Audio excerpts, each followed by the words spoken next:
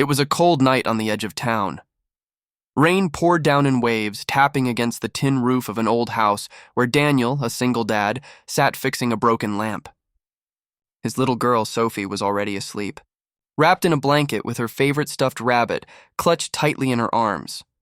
Daniel was exhausted. Working 2 jobs, as a mechanic during the day and a night guard on weekends, had left him worn and hollow. Still, every night before sleeping, he whispered to Sophie, "We're gonna make it, kiddo. Just you wait." That's when the knock came. It was almost midnight. He frowned, walking slowly to the door. When he opened it, a young woman stood there, drenched from head to toe, trembling. Her clothes looked expensive once, but now they were covered in mud. "Please," she said, voice breaking. I just need a place to stay for the night. My car broke down and my phone died." Daniel hesitated. He had no idea who she was. But something in her eyes, fear, exhaustion, maybe loneliness, made him step aside. "You can stay on the couch," he said quietly. "Towels in the bathroom. Kitchen's over there." She smiled faintly. "Thank you, really." He didn't even ask her name that night.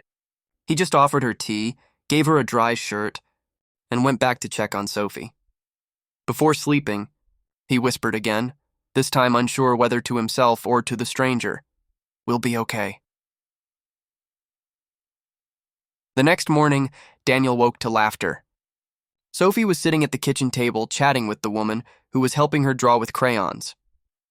"Daddy," Sophie said, "this is Emily. She made pancakes." Emily looked up, smiling shyly. "I hope you don't mind. I wanted to thank you." Her laughter filled the room in a way Daniel hadn't heard in years. For a moment, it felt like sunlight had found its way into his worn-down home. Over breakfast, Emily asked about his work, about Sophie's school, about the small life they'd built with so little. Daniel spoke simply, never complaining. But she could see it, the quiet struggle, the humility, the strength. When Emily finally left, Daniel thought it was over. Just a kind stranger passing through. But 2 days later, a black car pulled up outside his house. Out stepped Emily, in clean clothes this time, her hair brushed, her confidence restored. And behind her, a driver in a suit. Daniel blinked. "Emily, what's going on?" She smiled nervously. "I owe you the truth. My full name is Emily Rowan. My father is Charles Rowan." Daniel's eyes widened. He'd heard the name, the billionaire who owned half the city's real estate. "I didn't mean to lie," Emily said softly. "I wanted to see what it's like to be treated like a person, not a name. And that night, you didn't ask who I was. You just helped me." Daniel was speechless. Sophie peeked out from behind him, clutching her rabbit. Emily knelt. "Hi again, Sophie. I brought you something." She handed the girl a small wooden toy, hand-painted, beautiful. Over the next weeks, Emily visited often.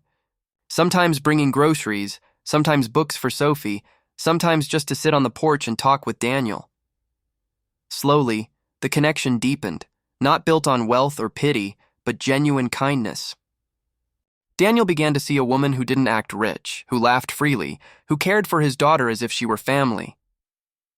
One evening, Sophie fell sick. Daniel panicked. Emily rushed them to a private hospital, one her family owned. Doctors moved instantly, not because of Emily's last name, but because of her urgency and tears. Sophie recovered within days. Daniel tried to thank her, but Emily shook her head. "You saved me that night. I just returned the favor." But when her father, Charles Rowan, found out where she'd been spending her time, everything changed. "You can't see him," Charles said coldly. "He's beneath you." Emily stood tall. "That man beneath me gave me more respect than anyone in your world ever has." Weeks passed. Daniel stopped hearing from her. He thought it was over, that maybe love had its limits after all. Then one Sunday morning, another car pulled up. Out stepped Emily in jeans and a simple white shirt. She smiled through tears. "I left it all," she whispered. "Money, status, everything. I just want this you, Sophie, a real life." Daniel couldn't speak.